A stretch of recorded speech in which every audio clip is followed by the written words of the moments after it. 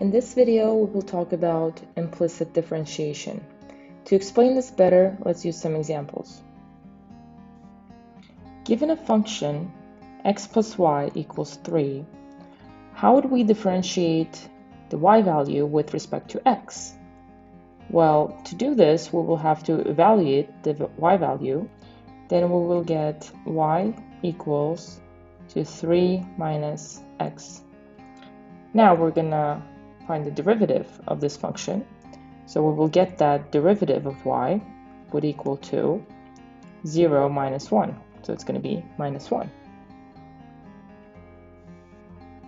Well, this was pretty straightforward. Let's have a different example. Let's have x plus y squared equals 3. How would we derive the y value with respect to x? Here we could also evaluate the y value, and we'll get y equals to square root of 3 minus x. And this function will take on values that are positive and negative. Now we will find the derivative of y, after which we will get positive or negative of 1/2 3 minus x to the negative 1/2 power.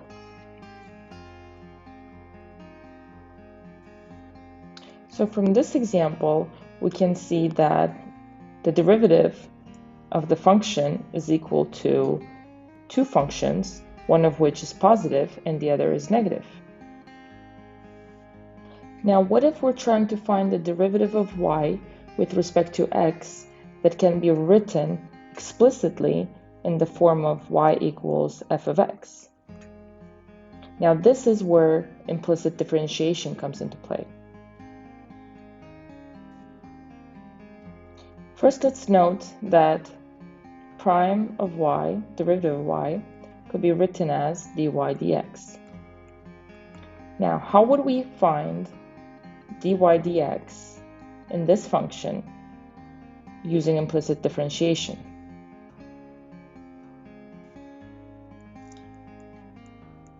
Let's rewrite this.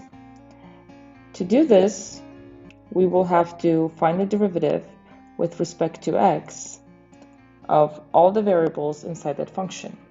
Now notice that we don't have to evaluate the y value anymore. We just have to straight on find the derivative of each variable with respect to x. So derivative of x is going to be 1. Derivative of y is going to be 2y times dy dx equals derivative of the constant 0. Notice here that every time we derive the y value, we will have to multiply that by dy dx. So we are deriving every variable in this equation, including the y value. And whenever we do find the derivative of the y value, we will multiply it by dy dx. The last step would be to find what dy dx equals to. This will equal to negative 1 over 2y.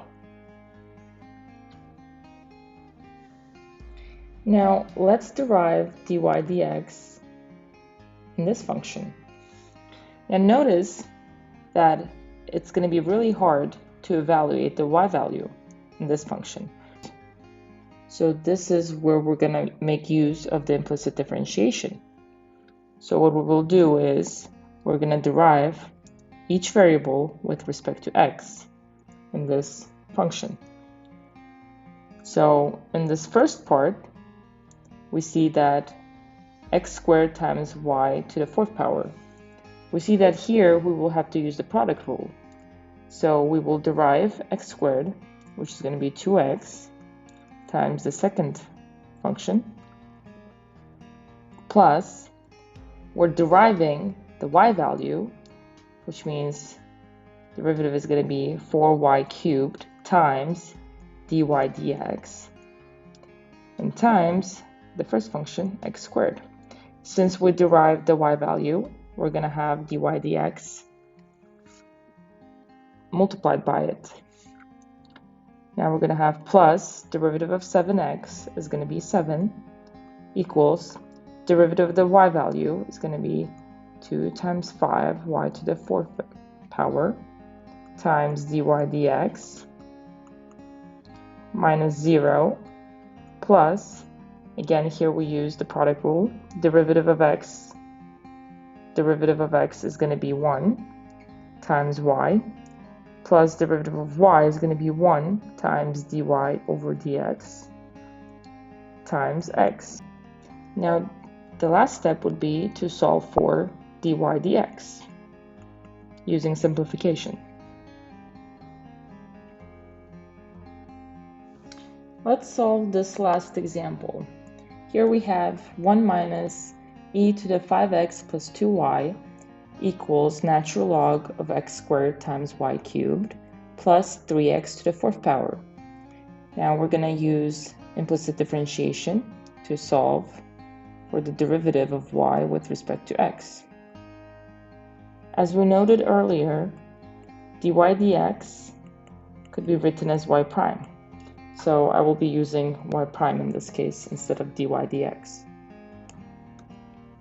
Derivative of 1 is going to be 0 minus derivative of the exponential function is going to be derivative of the power, which is going to be 5 with respect to x plus 2 times 1 with respect to y times y prime, since we found the derivative of y, times the exponential function itself,